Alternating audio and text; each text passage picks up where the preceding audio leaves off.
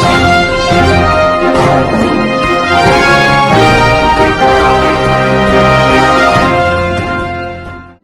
દર્શક મિત્રો, આપ જોઈ રહ્યા છો મુંબઈ તરંગ ન્યૂઝ. હું છું એન્કર અર્પિતા પટેલ. હવે જોઈએ અગત્યના સમાચાર. સુરતના વેડ રોડ પર આવેલ સ્વામિનારાયણ ગુરુકુળ વિદ્યાલયમાં શ્રીરામ લખેલી વિશાળકાય માનવ આકૃતિ બનાવાઈ.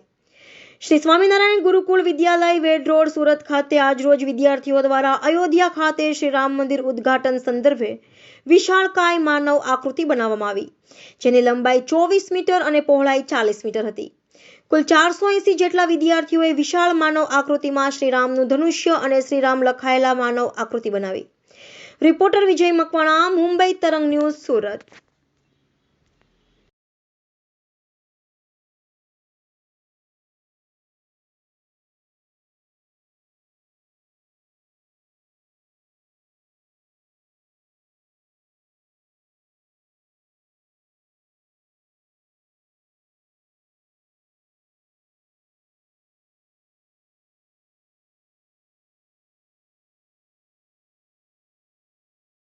સાધુ દેવપ્રકાશ દાસ, શ્રી સ્વામિનારાયણ ગુરુકુલ, સુરતથી.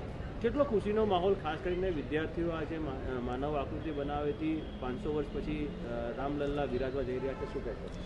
આનંદની તો શું વાત કરું કે 2 દિવસ પહેલાં વિદ્યાર્થીઓને જાણ કરવામાં આવેલી કે આપણે આવું કંઈક કરવું છે, તો અમારે વિદ્યાર્થીઓને રોકી રાખવા પડ્યા, કારણ કે હજારો વિદ્યાર્થીઓ આ પ્રાંગણમાં જ્યારે અભ્યાસ કરે છે અને એમાં પણ સારો હિન્દુસ્તાનને આજે આનંદ છે કે મારો રામ એમની પ્રતિષ્ઠા એ અયોધ્યાની અંદર એ મંદિરમાં વિરાજશે.